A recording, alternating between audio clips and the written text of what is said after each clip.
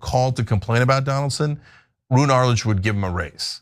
And then later, that's the way it should be. Yes. So and later when he covered the Clinton administration, Roone Arledge did the same exact thing. So it didn't matter if it was a Republican or a Democrat. Right. But if the administration complained about you got a raise.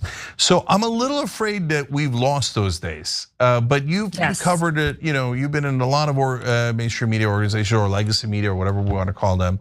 So what's your sense of it? Are we still as aggressive against both parties and the powerful, or not as much?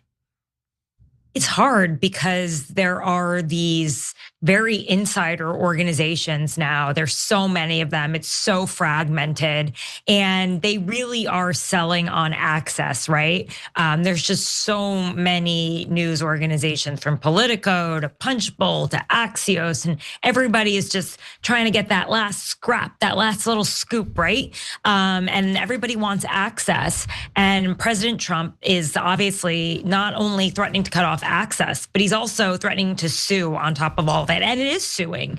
Look what happened with CBS having to settle, and so it's putting these major news organizations in a position that is not choosing news, right? They're choosing their business over the news, actual investigative journalism, and bringing information to the public, I think. And that's not to say, that everyone is corrupt and you can't believe anything that you read in the news. I do think there are a lot of really well-meaning journalists, but I think sometimes when the story gets all the way to management, they can slow roll it if they know it's gonna be a problem. They look at you like you are a problem when you bring in the hard stories. It would be a lot easier for them if you didn't.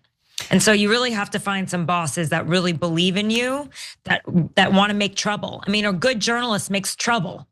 Yes, couldn't agree more. All right, so let's break that down, because you said a lot of interesting things there. So people often talk about access, but I think the folks at home, they don't know why the media organizations are obsessed with access. Why? What is it about access that's so important to these media organizations?